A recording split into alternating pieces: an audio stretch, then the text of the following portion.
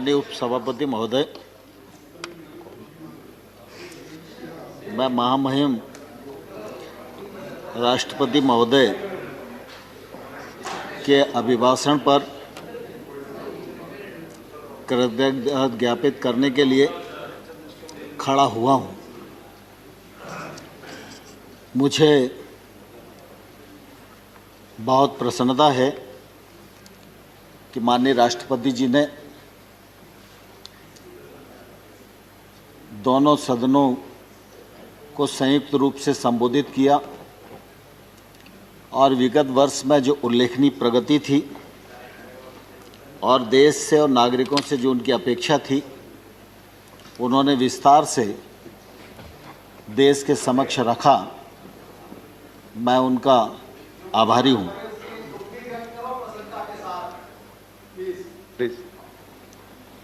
हम सब इस बात को भलीभांति जानते हैं कि 2020 हमारा कठिनाइयों का वर्ष रहा है। कोविड-19 का संकट आया, सारी गतिविधियों पर विराम लगा, अर्थव्यवस्था प्रभावित हुई, रोजगार प्रभावित हुए और परिस्थितियां ऐसी थी कि एकदम देश हतप्रभ था। लेकिन मुझे कहते हुए प्रसन्नता है कि हमारे देश का लोकतंत्र और हमारे देश के नागरिक दोनों इस देश की बड़ी ताकत हैं और इसी का यह परिणाम हम सब लोगों को ध्यान में आया कि जब लॉकडाउन 1 हुआ तो उस समय देश ने जिस प्रकार से अनुशासन का परिचय दिया, उसकी जितनी प्रशंसा की जाए उतनी कम ही है। हम सब इस बात को भलीभांति जानते हैं कि वह कालखंड ऐसा कालखंड था कि अगर महामारी का विस्तार होता तो शायद हमारे पास उतने साधन भी नहीं थे कि हम उसका मुकाबला कर पाते।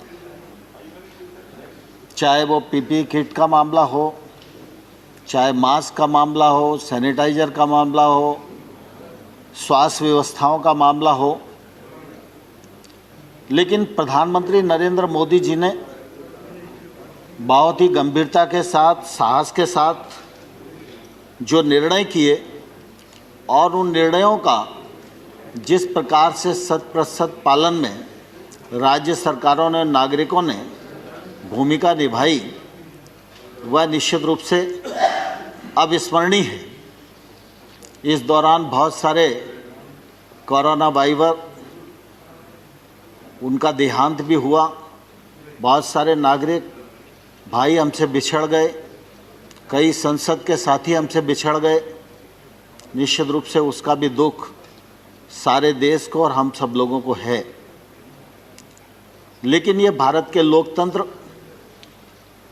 और हमारी इन परंपराओं का ही परिणाम है कि प्रधानमंत्री जी के दृढ़ संकल्प और देश की ताकत दोनों ने मिलकर इस पूरी महामारी पर नियंत्रण प्राप्त करने की एक सफलतम कोशिश की।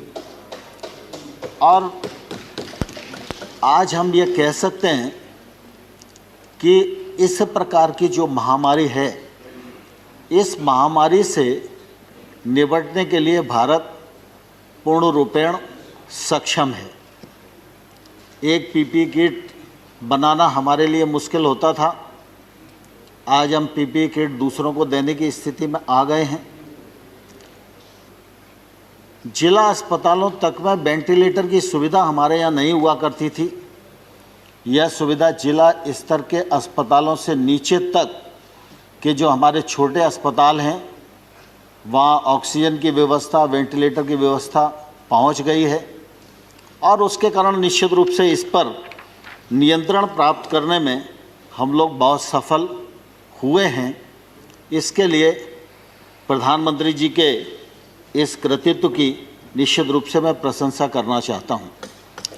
आज जब इस वर्ष का बजट आया तो स्वाभाविक रूप से सरकार की तो ये कोशिश होती है कि वह सभी क्षेत्रों पर ध्यान दे, सभी वर्गों पर ध्यान दे, लेकिन वर्तमान जो परिस्थिति है उस परिस्थिति में स्वास्थ्य सुविधाओं पर ध्यान देना हम सबके लिए अत्यंत आवश्यक है। और मुझे कहते हुए प्रसन्नता है कि इस बजट में स्वास्थ्य सेवाओं की दृष्टि से 137% की जो वृद्धि की गई है वह निश्चित रूप से स्वागत योग्य है। आमतौर पर जब इस महामारी से हम लोग जूझ रहे थे उस समय ऐसा लग रहा था कि वैक्सीन हम पहले बनाएंगे या वैक्सीन दूसरे देश बनाएंगे और वो वैक्सीन हम सबको मिल पाएगी। लेकिन मैं आपके माध्यम से सभी लोगों को यह कहना चाहता हूँ कि हमारे देश के वैज्ञानिकों ने वैक्सीन बनाकर जो देश को देशी उपलब्ध कराई, इसके कारण निश्चित रूप से भारत की ताकत भी बढ़ी है, भारत की प्रतिष्ठा भी बढ़ी है और हमारे वैज्ञानिकों का सम्मान भी बढ़ा है। कोरोना के इस कालखंड में चाहे उस समय दवाइयों को देने का मामला हो और चाहे आज वैक्सीन को देने का मामला हो, भारत दूसरे देशों की भी मदद कर रहा है। यह हम सब भारतीयों के लिए निश्चित रूप से बहुत ही गर्व की बात है। हम सब इस बात को भलीभांति जानते हैं कि प्रधानमंत्री नरेंद्र मोदी जी दूसरी बार बड़े बहुमत के साथ प्रधानमंत्री बने हैं। कई बार यह बात आती है हमारे प्रतिपक्ष के विद्वान वक्ताओं के मुंह से कि भाई आप तो ये कहते हैं कि सब मोदी जी की सरकार ने किया है और बाकी पिछली सरकारों ने कुछ भी नहीं किया। मैं इस मामले में ध्यान दिलाना चाहता हूँ और यह कहना चाहता हूँ कि इस प्रकार का आरोप लगाना उचित नहीं है। नरेंद्र मोदी जी ने सेंट्रल हॉल के अपने पहले भाषण में, जब उनको नेता पहले कार्यकाल में चुना जा रहा था तब भी, और 15 अगस्त के लाल किले से दिए जाने वाले उद्बोधन में भी उन्होंने यह कहा था जोर देकर कि मेरे पूर्व की जितनी सरकारें हैं उन सब सरकारों का योगदान देश के विकास में अपने अपने समय पर रहा है। और इसलिए इतनी बड़ी लोकतांत्रिक यात्रा और इतना बड़ा देश और उसकी प्रगति, उस मामले में ऐसा सोच न तो नरेंद्र मोदी जी का है और ना ही नरेंद्र मोदी जी की सरकार का है और ना आने वाले कल में रहेगा। लेकिन स्वाभाविक रूप से यह तो सच है कि जो काम नरेंद्र मोदी जी के कार्यकाल में होगा, जिस ऊर्जा से होगा, जिस गति से होगा, जिस पारदर्शिता से होगा, जिस दृढ़ संकल्प से होगा, तो उसका उल्लेख तो हम लोग भी करेंगे और आप भी हाउस में नहीं करोगे, लेकिन व्यक्तिगत बातचीत में तो आप सबको भी एहसास होगा ही कि ठीक हो रहा है। तो इसलिए इस प्रकार का सोच मुझे लगता है उपयुक्त नहीं है। प्रधानमंत्री नरेंद्र मोदी जी की सरकार गांव, गरीब और किसान के लिए पूरी तरह प्रतिबद्ध है और आने वाले कल में भी प्रतिबद्ध रहेगी। मैं गांव से ही अपनी बात को शुरू करना चाहता हूं। आपको ध्यान होगा जब 13वां फाइनेंस कमीशन आया था, उस समय फाइनेंस कमीशन की रिकमेंडेशन के अनुसार मंत्रिपरिषद जो तत्कालीन थी उसने मंजूर किया था कि देश की 2.5 लाख पंचायतों को 65,000 करोड़ रुपया 5 साल में मूलभूत की राशि उपलब्ध कराई जाएगी। मोदी जी की सरकार आई तो 14वें फाइनेंस कमीशन की रिपोर्ट आई। फाइनेंस कमीशन ने रिकमेंड किया कि पंचायतों को 2,292 करोड़ रुपया दिया जाना चाहिए। सरकार बनी थी, स्वाभाविक रूप से सरकार के मन में यह बात रहती कि पैसा अगर हमारे हाथ में रहेगा तो हम ज़्यादा कुछ योजनाएं बना सकेंगे, खर्च कर सकेंगे। लेकिन उस समय मोदी जी ने दोनों रिकमेंडेशन हूबहू स्वीकार की। एक तो ग्राम पंचायतों को 2,292 करोड़ रुपया ग्राम पंचायतों के लिए, और जो राज्यों को 32% दिया जाता था उसके स्थान पर 42%। और मुझे ध्यान है उस समय कैबिनेट में कई लोगों ने अपने अपने विचार रखे थे। तो मोदी जी ने कहा था कि देखिए, गांव का विकास करना है तो पैसा गांव में पहुंचना चाहिए, और केंद्र से ज़्यादा अच्छी पहचान राज्य अपने क्षेत्र की समस्याओं के लिए कर सकते हैं। वो समस्याओं के नज़दीक हैं, निराकरण उनके हाथ में है, और अगर पैसा उनके पास रहेगा तो वो अच्छी योजनाएं बना सकेंगे, और जब राज्य आगे बढ़ेंगे तभी देश आगे बढ़ेगा। इस भावना के अंतर्गत 32 से 42% पैसा उस समय देना स्वीकार किया था। और मुझे कहते हुए प्रसन्नता है कि अब तो 15वें वित्त आयोग की रिपोर्ट भी आ गई है, और 15वें वित्त आयोग ने 2,36,850 करोड़ रुपया ग्राम पंचायतों को देने का रिकमेंडेशन किया है। उसको मंत्रिपरिषद ने स्वीकार कर लिया है। 70,000 करोड़ रुपया नगरीय और ग्रामीण क्षेत्र के निकायों के लिए स्वास्थ्य के लिए देना उन्होंने रिकमेंड किया है। उसमें ग्रामीण निकाय के लिए 43,000 करोड़ रुपया लगभग है। तो ग्रामीण क्षेत्र में अब इन 5 सालों में ग्राम पंचायतों के माध्यम से 2,80,000 करोड़ रुपया व्यय होगा, जिसका परिणाम ग्रामीण विकास के रूप में आएगा। यह मैं आप सबके समक्ष इस समय कहना चाहता हूँ। दूसरा, माननीय सभापति महोदय, ग्रामीण क्षेत्र में हम सब जानते हैं, यहाँ बहुत सारे हमारे साथी बैठे हैं जो गांव में रहने वाले हैं, और गांव में चाहे आबादी के क्षेत्र में हमारा मकान बना हो, चाहे कोई भी संरचना हमने अपने रहने के लिए अपने खेत में बनाई हो, उसका मालिकाना हक किसी के पास नहीं होता था। जो खेती की ज़मीन है, हम उसके भूमि स्वामी होते थे, उस ज़मीन पर हम लोन ले सकते थे, उसको गिरवी रख सकते थे, उसका मालिकाना हक हमारे पास था। लेकिन अगर उस ज़मीन पर कोई बिल्डिंग बनी है, उसका हक और मालिकाना स्वतः किसी को भी प्राप्त नहीं था। मुझे कहते हुए प्रसन्नता है कि गत वर्ष पंचायती राज दिवस के अवसर पर हमने प्रधानमंत्री जी को अनुरोध किया और स्वामित्व नामक स्कीम प्रारंभ की, जिसको 6 राज्यों में हम लोगों ने पायलट किया, और लगभग 1,47,000 लोगों को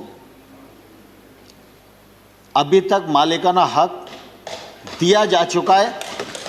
और मुझे कहते हुए प्रसन्नता है कि वित्त मंत्री जी ने इस बजट में इस स्कीम को 6 राज्यों के अतिरिक्त अब पूरे देश में प्रभावी कर दिया है, पैसा देना स्वीकार कर लिया है। अब गांव में रहने वाला भी कोई नागरिक जिसका अपना मकान मालिकाना हक का नहीं है, उसको इस योजना के अंतर्गत सर्वे करके राज्य सरकार को अवगत कराया जाएगा। राज्य सरकार उसको मालिकाना हक प्रदान करेगी। अब अगर उसकी ज़मीन से कोई सड़क निकल रही है और उसका मकान प्रभावित हो रहा है, तो शहर की भांति ही उसके मकान का भी आकलन होगा और उसको मुआवजा राशि उसी हिसाब से मिलेगी। अब यह मकान की जो संपत्ति है, ये संपत्ति बैंक में भी गिरवी रखी जा सकेगी। अगर कोई परिवार अपने बाल बच्चों को आगे काम शुरू कराना चाहता है, उसके लिए वो ऋण लेना चाहता है, तो यह संपत्ति उसके काम भी आएगी। यह एक बड़ी योजना भारत सरकार ने इस दौरान ग्रामीण क्षेत्र के लिए प्रारंभ की है।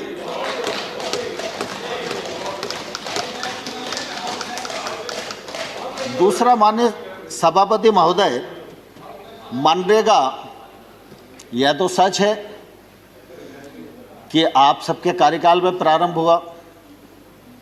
फिर यह भी बात कही जाती है कि कुछ लोग कहते थे कि मनरेगा गड्ढों वाली योजना है। तो आप भी इस बात को अच्छे से जानते हो, हम भी इस बात को अच्छे से जानते हैं कि भाई जब तक आपकी सरकार थी तब तक निश्चित रूप से उसमें गड्ढा खोदने का ही काम होता था। लेकिन मुझे कहते हुए प्रसन्नता भी और गर्व भी है। शुरुआत आपने की, लेकिन उस योजना को परिमार्जित हमने किया, और आज मैं यह गर्व के साथ कह सकता हूं कि मनरेगा के अंतर्गत बनने वाली लाखों जो संरचनाएं हैं उनको जियोटैग करने का काम किया। मनरेगा के मजदूर को उसके अकाउंट में पैसा जाए मजदूरी केंद्र सरकार से यह सुनिश्चित किया, और मनरेगा बहुआयामी बने, बहुउपयोगी बने। मनरेगा सिर्फ लोगों को अकेला रोजगार देने का ही काम ना आए, रोजगार तो व्यक्ति को मिले ही, लेकिन ऐसी संरचना बने, किसी गरीब आदमी के यहाँ कैटल शेड बन जाए तो पशुपालन के लिए उसको काम आएगा, उसकी ताकत बढ़ेगी। छोटा मोटा गांव में तालाब बन जाए तो जल रुकेगा, उससे जल का संवर्धन होगा। तो मनरेगा को हम लोगों ने परिमार्जित किया, मनरेगा में निरंतर पैसे को बढ़ाया, और जब पिछले बार कोविड का संकट आया तो 61,000 करोड़ का बजट था, उस बजट को बढ़ाकर 1,11,500 करोड़ रुपया देना सुनिश्चित किया।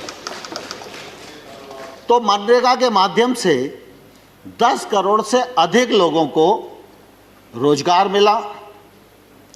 324 लाख करोड़ मानव दिवस सृजित हुए, और मनरेगा के माध्यम से निश्चित रूप से जो ठीक उपयोग किया जा सकता था वो करने का प्रयास भारत सरकार ने किया।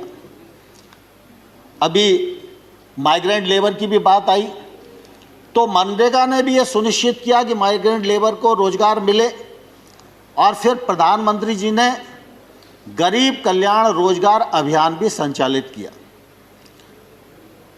इस अभियान के अंतर्गत 50,000 करोड़ रुपए का प्रावधान किया गया, और इसके माध्यम से भी बड़ी मात्रा में रोजगार के अवसर खुले और लोगों को रोजगार मिला।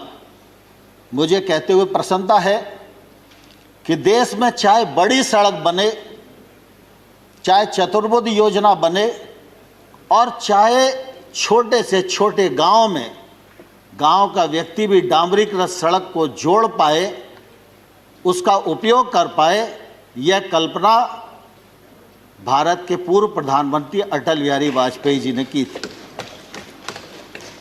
अटल बिहारी वाजपेयी जी ने जो रोड मैप बनाया था कि 6 लाख गांव को, 1,80,000 बसाहटों को 2007 तक डामरीकृत सड़क से जोड़ दिया जाएगा, वह काम पूरा नहीं हुआ क्योंकि अटल जी की सरकार बीच में चली गई। मुझे कहते हुए प्रसन्नता है कि बीच के कालखंड की जो स्थिति रही वो अलग है। आज फिर उस काम को प्रारंभ किया है।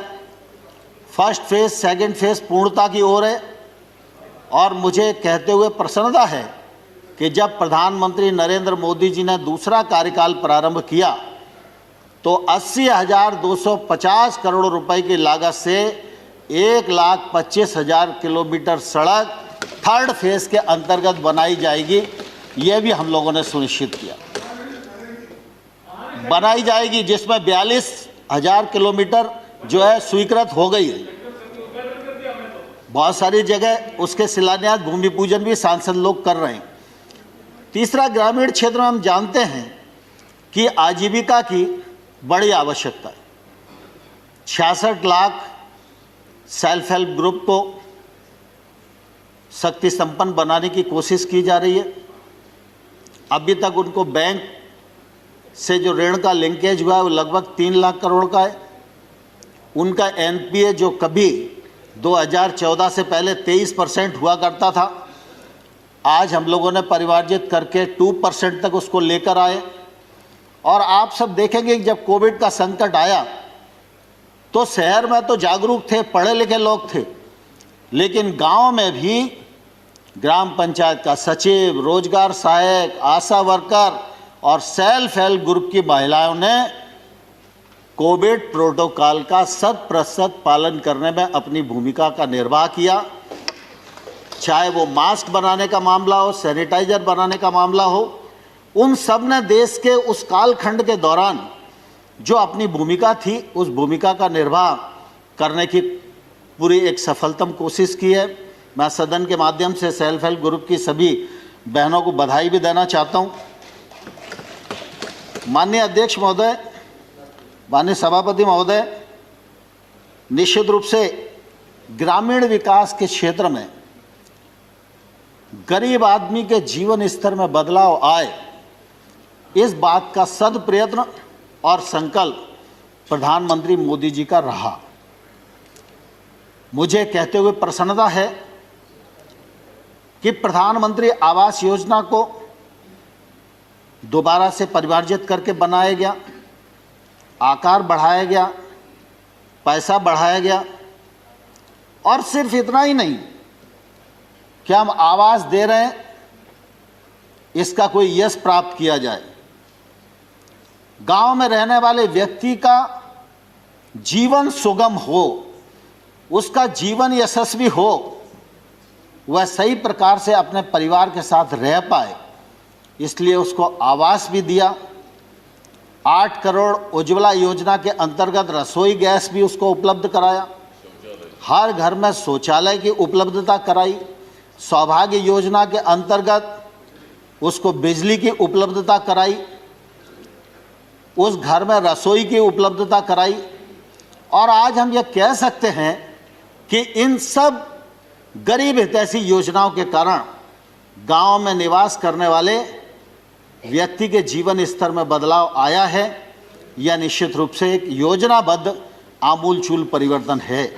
और मैं ये मानता हूँ कि सरकार कोई भी हो, लेकिन सरकार का धर्म यही है कि देश में रहने वाले गांव गरीब किसान के जीवन स्तर में बदलाव आए, गांव में अधोसंरचना विकसित हो और ग्रामीण क्षेत्र में निवास करने वाले व्यक्ति के जीवन स्तर में बदलाव आए, यह सुनिश्चित करने का हम लोगों ने प्रयत्न किया है। कृषि का क्षेत्र हम सब जानते हैं बहुत महत्वपूर्ण है। कृषि के क्षेत्र में उत्पादन बढ़े, उत्पादकता बढ़े, उनके बहुत आंकड़ों में मैं नहीं जाना चाहता, लेकिन लगातार इस दिशा में आशातीत वृद्धि हो रही है। प्रधानमंत्री जी ने लोगों को आह्वान किया, सरकारों को निर्देश दिया कि भाई एक कालखंड था जब हमारे पास खाद्यान्न का अभाव था, तब सरकारों ने विचार उत्पादन केंद्रित किया, लेकिन आज हम खाद्यान्न में आत्मनिर्भर हैं, तो हमको किसान के बारे में अगर विचार करना है तो आय केंद्रित विचार करना चाहिए। और इसलिए किसान की आमदनी दोगुनी हो तो उसमें पीएम किसान योजना के माध्यम से 6,000 रुपये का कंट्रीब्यूशन सरकार ने भी दिया। और आज हम ये कह सकते हैं कि 10 करोड़ 75 लाख किसानों को 1,15,000 करोड़ रुपया डीबीटी के माध्यम से उनके अकाउंट में भेजने का काम किया है। लेकिन साथ ही साथ जब किसान की आमदनी दोगुनी करना है तो एक तरफ से काम करेंगे तो नहीं चलेगा। किसान की उत्पादन भी बढ़ना चाहिए, उत्पादकता बढ़ना चाहिए, उत्पादकता के लिए टेक्नोलॉजी का उपयोग होना चाहिए, सिंचाई के साधन बढ़ने चाहिए, लोगों को सूक्ष्म सिंचाई की ओर जाना चाहिए, फर्टिलाइज़र की बीज की उपलब्धता समय पर होनी चाहिए। जी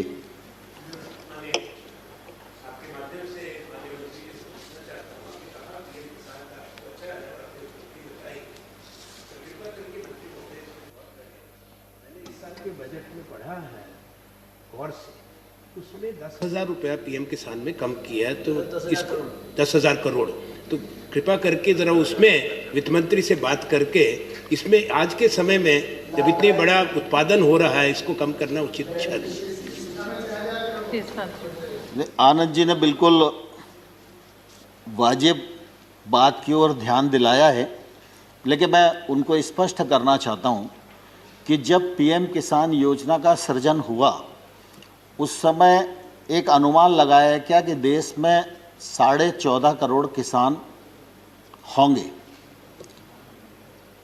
तो 14.5 करोड़ किसानों के हिसाब से 75,000 करोड़ रुपए का प्रावधान किया गया था। अभी लगातार कोशिश करने के बाद भी 10 करोड़ 75 लाख किसान ही रजिस्टर्ड हो पाए। केंद्र सरकार लगातार इस बात की कोशिश में लगी हुई है कि जो बचे हुए लोग हैं वो भी रजिस्टर्ड हो जाएं। अभी पश्चिम बंगाल जैसे राज्य है उन्हें अभी ज्वाइन नहीं किया था, वो आ जाएंगे तो 70 लाख उनके ही हो जाएंगे। तो चूंकि आज की जो परिस्थिति है उस परिस्थिति में हमारा काम इसमें चल रहा था 65,000 करोड़ रुपए में, और इस समय जो आप तो वर्षों मंत्री रहे हैं तो आपको मालूम है कि जो बजट की व्यवस्था थी तो थोड़ी उसमें दिक्कत भी थी, तो इसलिए वहाँ 75 हटा के 10,000 कम किया है। लेकिन जिस प्रकार से आप देखते हैं कि हम मनरेगा में बजट 38,000 करोड़ का होता है, खर्च 49,000 करोड़ का होता है, तो अगले बार फिर 49 हो जाता है, फिर अगले बार जो खर्चा 59,000 करोड़ हो जाता है।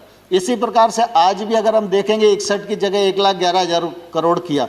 जैसे रजिस्ट्रेशन बढ़ेगा, मैं आपके माध्यम से सदन को भी और किसानों को भी आश्वस्त करना चाहता हूं कि प्रधानमंत्री किसान सम्मान निधि योजना में पैसे की कोई कमी नहीं आने दी जाएगी। आप बिल्कुल बेफिक्र रहें।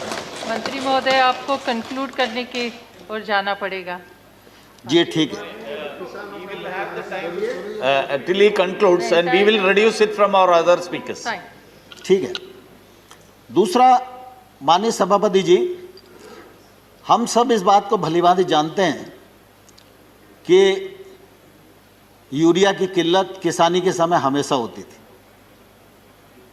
आप भी नीम कोटिंग करना चाहते थे लेकिन उस समय नहीं हो पाया, लेकिन नीम कोटिंग किया, उसके कारण फर्टिलाइजर की उपलब्धता बढ़ी, सूक्ष्म सिंचाई की दृष्टि से रकबा बढ़ा। देश में 86% छोटा किसान है। छोटे किसान का रकबा छोटा है, उसके पास निवेश करने के लिए साधन नहीं है। अगर कोई रिस्क लेकर वो महंगी फसल की तरफ जाए तो मार्केट का लिंक उसके पास नहीं है, और वो 86% किसान वस्तुस्थिति है कि एमएसपी का भी लाभ नहीं उठा पाता है। और इसलिए सरकार ने ये कोशिश की कि हम 10,000 नए एफपीओ बनाएंगे, और 10,000 नए एफपीओ को हम 6,850 करोड़ रुपया खर्च करेंगे। 5 साल में उनको स्ट्रेंथन करेंगे। छोटे छोटे किसान 300 की 500 की संख्या में मिलकर एक एफपीओ के साथ जुड़ें तो उनका रकबा भी बढ़ेगा, उनका उत्पादन भी बढ़ेगा, वो टेक्नोलॉजी से भी जुड़ सकेंगे, और उनके उत्पादन का वॉल्यूम भी ज़्यादा होगा तो वो अपने उत्पादन का वाजिब मूल्य के लिए बार्गेनिंग भी कर सकेंगे। इसलिए एफपीओ का एक बड़ा संसार खड़ा करने का काम इस देश में हम लोग कृषि के क्षेत्र में आरंभ कर रहे हैं। आप सब ने यह भी ध्यान दिया होगा कि एक तरफ किसान को एमएसपी लागत पर 50% मुनाफा जोड़ के दिया जाना शुरू हुआ है, वहीं दूसरी तरफ अगर देखेंगे तो 1 लाख करोड़ रुपए का इंफ्रास्ट्रक्चर फंड भी खेती के क्षेत्र में आत्मनिर्भर पैकेज के अंतर्गत दिया गया। सिर्फ खेती के लिए नहीं, फिशरीज के लिए 20,000 करोड़ रुपया, एनिमल हस्बेंड्री के लिए 15,000 करोड़ रुपया, हर्बल खेती के लिए 4,000 करोड़ रुपया, फूड प्रोसेसिंग के लिए 10,000 करोड़ रुपया। ऐसे ये कोशिश की गई है कि खेती में जो निवेश की ज़रूरत है वह निवेश खेती तक पहुँचे। हम सब गांव के रहने वाले लोग हैं। आज वेयर हाउस या कोल्ड स्टोरेज कोई भी संरचना दिखाई देती है तो वो जिला स्थान या बड़ी मंडी के आसपास दिखाई देती है। कोई भी 80 किलोमीटर दूर रहने वाला किसान अपने उत्पादन को 80 किलोमीटर लेकर आके वेयर हाउस में रखे और 2 महीने तक वो फसल को रोके, ये उसकी हैसियत नहीं है। ये जितनी भी संरचनाएं बनी हैं, इन संरचनाओं का उपयोग किसानों के लिए नहीं हो पाता, क्योंकि लगभग ये संरचनाएं व्यापारियों के लिए है या सरकारी गोदाम। किसान वेयर हाउस का उपयोग कर सके, किसान कोल्ड स्टोरेज का उपयोग कर सके, इस दृष्टि से ये इंफ्रास्ट्रक्चर नीचे तक पहुँचे और इस गैप को भरा जा सके, और इसके माध्यम से सरकार पूरी कोशिश कर रही है कि किसानों के जीवन में बहुत अच्छा बदलाव आए। हम सब जानते हैं कि फल हो, तरकारी हो, ये कुछ फसलें ऐसी हैं जल्दी नष्ट हो जाती हैं और इनको उपयुक्त बाजार नहीं मिल पाता। कौन सोच सकता था कि रेल से फल और सब्जी जाना शुरू हो जाएगी। 100 किसान रेल प्रारंभ की गई हैं, जो एक तौर से चलता फिरता कोल्ड स्टोरेज है। रोज जा रही हैं, आ रही हैं, और किसान का जो उत्पादन है वो एक स्थान से दूसरे स्थान तक जाकर किसान को उचित मूल्य दिलाने में मदद कर रहा है। किसान उड़ान योजना के अंतर्गत आज त्रिपुरा का पाइनएप्पल दूसरे देशों में भी जाकर अच्छी कीमत प्राप्त कर रहा है, जिसका फ़ायदा निश्चित रूप से किसान लोगों को हो रहा है। यह हम सब लोगों के लिए निश्चित रूप से प्रसन्नता की बात है। Honorable Minister, I just want to bring to your notice that your assigned time is over, but you can take time as per the other. पाँच मिनट में खत्म करता हूँ। दूसरा आम तौर पर हम जानते हैं कि किसान गांव में रहता है, गरीब है, तो किसान को बुढ़ापे में सहारा मिल जाए, इसलिए किसान पेंशन योजना, किसान मानधन योजना, जिसमें 21 लाख किसान जुड़ चुके हैं 60 वर्ष की आयु के बाद, उनको 3,000 रुपया मासिक पेंशन मिलेगी। यह सुविधा भी सरकार की तरफ से आरंभ की गई। आपदा के समय ये नियम रहता था कि 50% से अधिक अगर लोग आपदा से प्रभावित होंगे तो ही सरकारी मदद उन्हें मिलेगी। इसको घटाकर 33% किया। इसका भी फ़ायदा निश्चित रूप से किसान को और किसानी को मिलने वाला है। अब मैं एक जिक्र करके अपनी बात को पूरा समाप्त करूंगा। सामान्य तौर पर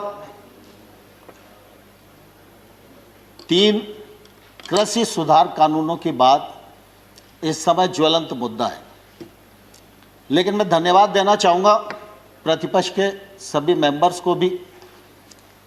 उन सब ने किसान आंदोलन पर भी चिंता की। किसान आंदोलन के लिए जो सरकार को कोसना आवश्यक था उसमें भी कोई कंजूसी नहीं की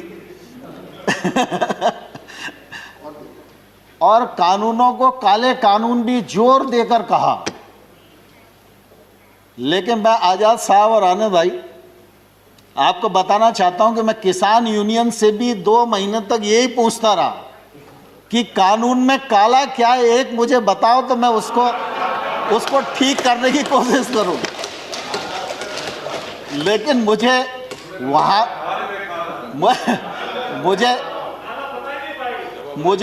वहाँ भी मालूम नहीं पड़ा। और जब प्रतिपक्ष के मेंबर्स ने भी, दीपेन भाई आपका भी भाषण मैंने सुना, तो मैंने गौर से सुना कि कानून खराब है, कानून को रिपील कर दीजिए, वो हो ही जाएंगे और ऐसा वैसा सब लोगों ने अपनी बात की और करना भी चाहिए उन्हें। लेकिन कानून के प्रावधान को यह किसान के प्रतिकूल है, यह कम से कम किसी ने बताने की कोशिश नहीं की। मैं सर आपके सामने ही बैठा हुआ था। दूसरा, मैं सभापति महोदय आपके माध्यम से आग्रह करना चाहता हूं कि हम लोगों ने ट्रेड एक्ट बनाया। ट्रेड एक्ट में ये प्रावधान किया कि एपीएमसी के बाहर जो एरिया होगा वो ट्रेड एरिया होगा। वो किसान का घर भी हो सकता है, वो किसान का वेयर हाउस भी हो सकता है, उसका खेत भी हो सकता है। कोई भी व्यक्ति किसी भी स्थान के लिए किसी भी कीमत पर किसान वहाँ से अपने उत्पादन को बेच सकने के लिए स्वतंत्र है, ये हमारा एक्ट इजाज़त देता है। एपीएमसी के बाहर अगर कोई ट्रेड होगा तो उस पर किसी भी प्रकार का ना तो राज्य का टैक्स लगेगा ना केंद्र का टैक्स लगेगा। अब एपीएमसी के भीतर राज्य सरकार का टैक्स है, एपीएमसी के बाहर केंद्र सरकार का एक्ट है। केंद्र सरकार का एक्ट टैक्स को खत्म करता है और राज्य सरकार का जो एक्ट है वो टैक्स देने के लिए बाध्य करता है। तो मैं आपके माध्यम से किसानों को भी पूछना चाहता हूं और विशेष रूप से पंजाब के किसानों को भी पूछना चाहता हूं, उनके यहाँ थोड़ी परिस्थितियां अलग हैं, आड़तिया का कमीशन अलग है, बाकी सब चीज़ें अलग हैं, लेकिन हमने टैक्स को फ्री किया और राज्य सरकार टैक्स ले रही है। तो जो टैक्स ले रहा है और लगा रहा है और बढ़ा रहा है, आंदोलन उसके खिलाफ होना चाहिए या जो टैक्स फ्री कर रहा है उसके खिलाफ होना चाहिए। लेकिन अब देश में उल्टी गंगा बह रही है और मैं सभापति महोदय आपके माध्यम से किसान बंधुओं को भी कहना चाहता हूं और प्रतिपक्ष के मित्रों को भी कहना चाहता हूं, भारत सरकार नरेंद्र मोदी जी का नेतृत्व पूरी तरह किसानों के प्रति प्रतिबद्ध है, किसानों के प्रति समर्पित है। किसान आंदोलन के लिए हम लोगों ने लगातार उनको सम्मान देने की कोशिश की है, 12 बार ससम्मान बुलाकर बातचीत की है, एक शब्द भी हमने उनके बारे में इधर उधर नहीं बोला, संवेदनशीलता के साथ विचार किया है। लेकिन हमने ये जरूर कहा है कि आप प्रावधान में कहाँ गलती है विनम्रतापूर्वक हमारा ध्यान आकर्षित करिए। हमने जो उनकी भावना के अंतर्गत जिन बिंदुओं को चिन्हित किया जा सकता था उनको भी चिन्हित करके बताया कि हमको आपकी लगती है कि आपको यह शंका है कि एपीएमसी खत्म हो जाएगी, तो हम इस पर विचार करते हैं। एपीएमसी खत्म नहीं होगी। हमने एक के बाद एक उनको प्रस्ताव देने का भी प्रयत्न किया, लेकिन मैंने साथ में यह भी कहा कि अगर हम भारत सरकार किसी भी संशोधन के लिए तैयार है, इसके मायने ये नहीं लगाना चाहिए कि किसान कानून में कोई गलती है, लेकिन किसान आंदोलन पर है। पूरे एक राज्य में गलत फहमी का शिकार हैं लोग। एक ही राज्य का मसला है।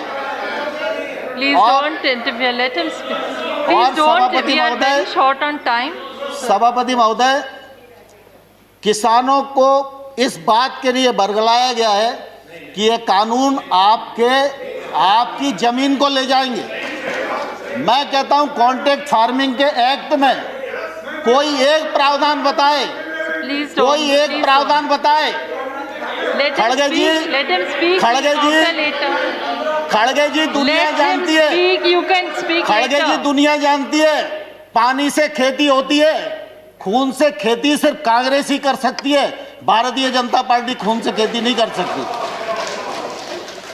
और इसलिए मैं सभापति महोदय आपके माध्यम से कहना चाहता हूं, कॉन्ट्रैक्ट फार्मिंग एक्ट का कौन सा प्रावधान है जो प्रावधान किसी भी व्यापारी को उस किसान की जमीन छीनने की इजाजत देता है?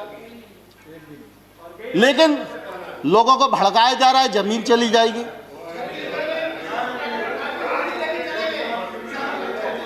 No, please, no comments from either side. No comments, please. Let the honorable minister speak. जहां पर भी एक्ट में अगर कॉन्ट्रैक्ट फार्मिंग का प्रावधान किया है, कॉन्ट्रैक्ट मूल्य का प्रावधान किया है, कॉन्ट्रैक्ट मूल्य से फसल का मूल्य बढ़ेगा सीजन पर तो उसका बोनस के रूप में हिस्सा किसान को मिलेगा, ये प्रावधान किया गया है। और किसान इस एक्ट से कभी भी बाहर हो सकता है, व्यापारी कभी भी बिना पैसे दिए इस एक्ट से बाहर नहीं हो सकता। और मैं सभापति महोदय आपके माध्यम से कहना चाहता हूं, पंजाब सरकार का कॉन्ट्रैक्ट फार्मिंग एक्ट उठाइए, हरियाणा सरकार का कॉन्ट्रैक्ट फार्मिंग एक्ट उठाइए, और वो तो हुड्डा जी के समय पारित हुआ था, और आज अरे Please,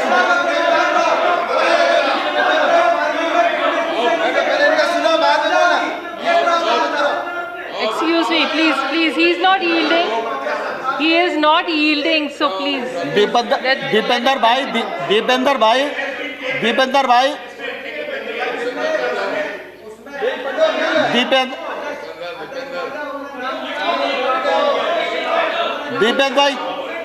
दीपेंद्र भाई प्लीज, अरे मुझे स्पष्ट तो करने दीजिए।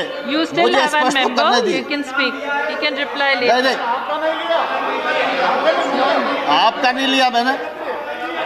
माननीय सभापति महोदय, मैं स्पष्ट करना चाहता हूं कि इन राज्यों के अभी लगभग 20-22 राज्य ऐसे हैं जिसमें कॉन्ट्रैक्ट फार्मिंग ने के लिए नया एक्ट बनाया है या उन्होंने एपीएमसी में शामिल किया है। नहीं अरे We are already very tight on time. Dipendra भाई And let him finish. You still have a member to speak. He can reply in that. Honorable Minister, please continue. Honorable Minister, please continue. Rule 6 में APMC ने amendment हुआ हरियाणा में, मगर उसके साथ साथ ये प्रावधान बना कि अगर एमएसपी से नीचे कोई प्राइवेट कंपनी अगर कॉन्ट्रैक्ट फार्मिंग में खरीद सकती है तो कानूनी कार्रवाई और सजा होगी। आप सजा का प्रावधान करें। ठीक है दीपेंद्र भाई, आपकी बात आ गई, लेकिन मैं कुल देखिए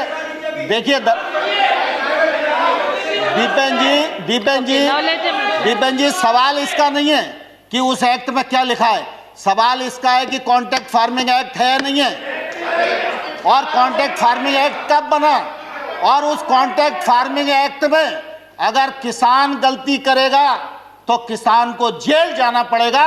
ये प्रावधान पंजाब के एक्ट में है और ये पंजाब सरकार के एक्ट में है, और जो भारत सरकार ने एक्ट बनाया है उसमें किसान कभी भी बाहर हो सकता है। आप झूठ बोलेंगे तो हम सुनेंगे नहीं। देखिए सजा जेल का प्रावधान। Honorable दीपेंद्र जी मैं ये एक्ट बता सकता हूँ आपको, पंजाब सरकार का एक्ट बता सकता हूँ।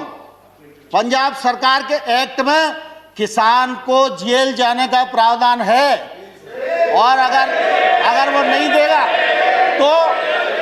तो 5 लाख रुपए तक का जुर्माना का भी प्रावधान है। लेकिन भारत सरकार का एक्ट, कि किसी और एक्ट की बात कर रहे हैं? नहीं, मैं पंजाब की बात कर रहा हूँ। हाँ, कॉन्ट्रैक्ट फार्मिंग मैंने कहा पंजाब। सॉरी, आप पंजाब की बात कर रहे हैं, हरियाणा की बात कर रहे हैं, तो ये कंफ्यूज होकर बोल रहे हैं।